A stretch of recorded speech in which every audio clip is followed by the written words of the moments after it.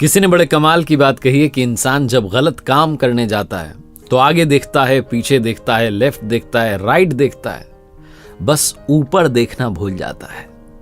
नमस्ते दोस्तों, मैं हूं आरजे कार्तिक। एक बड़ी छोटी सी कहानी एक महात्मा जी की, जो अपने शिष्य के साथ भ्रमण पर निकले हुए थे। वो एक गांव से दूसरे गांव जाते, एक शहर से दूसरे शहर जाते, यही उनका रूटीन था। भ्रमण पर निकले हुए थे, जहां रुक जाते थे शाम में वहां प्रवचन करते थे, उससे ज्यादा बात नहीं करते थे, उन्हें शांत रहना पसंद था। उनका जो शिष्य था उसको दुनियादारी की बातों में बड़ा इंटरेस्ट था। वो दूसरे की जिंदगी में ताका झांकी करने में यकीन रखता था, लोगों से ज्यादा बात करना उसे पसंद था। महात्मा जी को ये सब पसंद नहीं था। वो ज्यादा किसी के जीवन में ताका झांकी करते नहीं थे, अपना काम से काम रखते थे, अपने रास्ते पर चलते थे। एक सुबह निकले हुए थे भ्रमण पर, वही उनकी यात्रा चल रही थी। एक नदी के किनारे से जा रहे थे तो उन्होंने देखा कि एक मछुआरा जो था वो मछली पकड़ रहा था। गुरुजी तो अपना चुपचाप, महात्मा जी तो निकल गए। शिष्य से रहा नहीं गया, वो गया दौड़ करके मछुआरे के पास और उसको जाकर के अहिंसा का उपदेश देना शुरू किया कि तुम्हें हिंसा नहीं करनी चाहिए, गलत काम कर रहे हो, ये है वो है। बहुत उसे समझाया। मछुआरे ने शुरू में रिएक्ट नहीं किया, शुरू में ज्यादा बोला नहीं, लेकिन जब वो शिष्य बोले ही जा रहा था, ज्ञान पर ज्ञान दिए जा रहा था, तो मछुआरा जो था वो शुरू हो गया। दोनों के बीच में बहस होना शुरू हुई। मछुआरे ने कहा मेरा काम है, मुझे अपना काम करने दो, तुम क्यों बीच में उलझ रहे हो।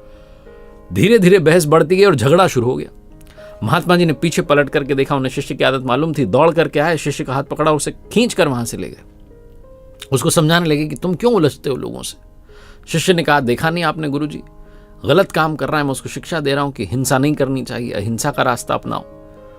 तो गुरुजी ने कहा अरे तुम उसे क्यों शिक्षा दे रहे हो, तुम उसे क्यों उसके पीछे पड़े हो। तो शिष्य ने कहा कि मुझे समझाना पड़ेगा, वरना उसे कोई दंड तो दे नहीं रहा है। यहाँ के महाराजा ने भी कोई प्रावधान नहीं रखा है कि ऐसे लोगों को दंड मिले।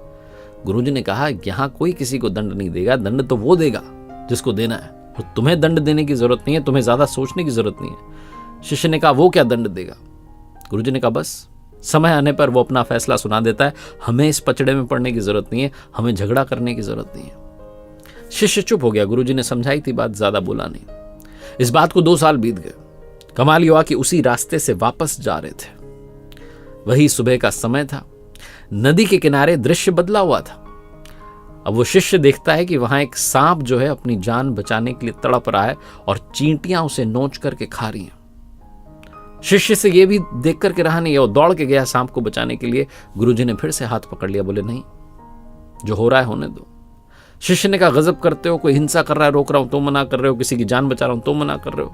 गुरुजी ने कहा मैंने कहा था ना वो अपना फैसला सुनाता है, उसे अपना फैसला सुनाने दो। तुम्हें याद है आज से 2 साल पहले यहीं से तो निकले थे। ये जो सांप है मछुआरा था, मछलियां पकड़ रहा था, वो मछलियां चींटियां बन चुकी हैं। मछुआरा मरने के बाद अगले जन्म में सांप बन चुका है, अपनी करनी का फल भोग रहा है। तुम उसे मत रोको, और अगर रोकोगे तो उसे फिर से जन्म लेना पड़ेगा ये कर्मों का फल भोगने के लिए। ये ऊपर वाले का न्याय है।